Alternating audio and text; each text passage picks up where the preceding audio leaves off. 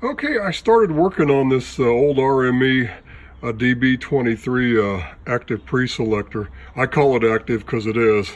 They just didn't put that in the title when they named the unit years ago. But it's basically an active preselector because it has amplifiers. But there's where the 6J6 go, and I did find a new set of tubes for it, and I found a complete. Here we go, match set of 10 old RCA. These are the old military Jan WB versions. These are like the heavy duty high grade ones, military grade ones. So they're all exact same date code and everything, 1973 I believe, so they're all the same. So anyway, I was looking this thing over, and one of the things I'm going to have to do is this transformer. You can see how it's getting loose on the rivets. I'm going to drill the rivets out and clean up underneath it to make sure it makes good metal contact, and then put screws with nuts on the other side and clamp it down good. Because see, here's what these companies used to do back in the old days. You know, they'd come up with something like this, right? They try to make it as cheap and as compact as possible. And what they do is the designer wouldn't know a whole lot, and they'd put a transformer in one of these things, and they'd go to try to, do the evaluation, during the R&D process. And what's all that noise?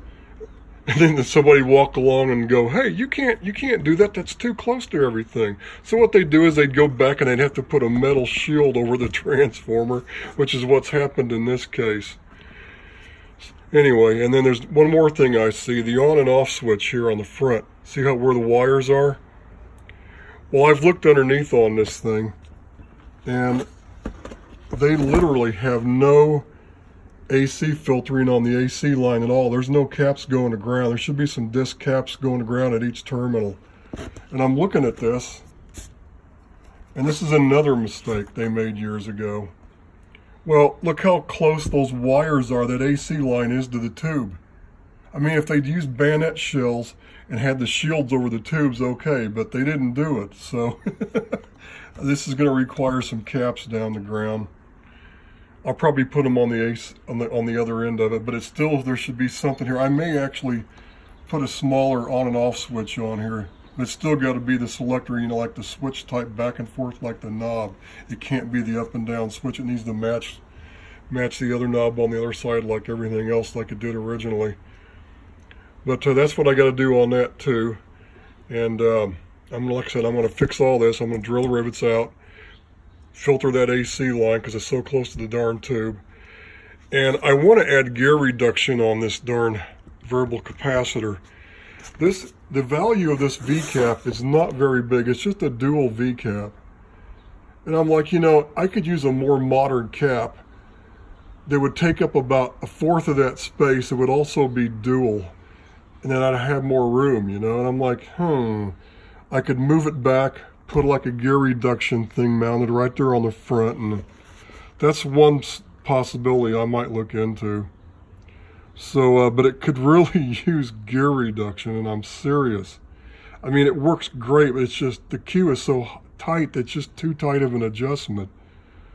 So it needs a gear reduction added to it. I know how to do it. The problem is the way it's designed, the size of that cap, I can't do it with the existing cap. I'd have to change it. So I'll look into that too. And then the other thing is I started noticing the transformer started getting hot this morning. I kept feeling it last weekend and it was fine, but this cap finally started leaking. So I'm going to have to change it. I've got a couple dual 40 mics coming. I got some long, skinny 350 volt ones I found coming.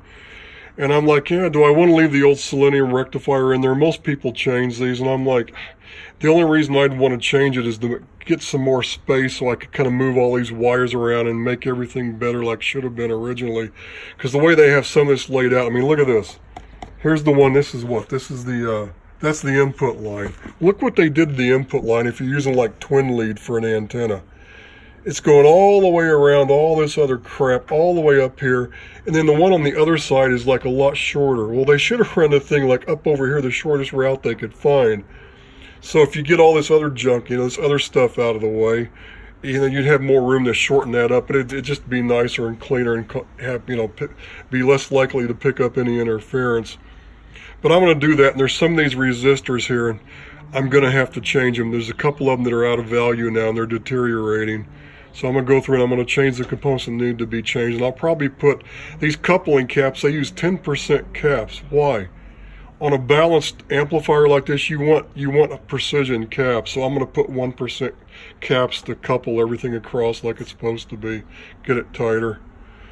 So that's what I'm going to do to it. And when I get it done, I'll do one last video. It should improve it dramatically, but the main thing I want to do is I want to put gear reduction on that, and I'm not quite sure how to do it unless I put in a smaller cap, and that would be the answer.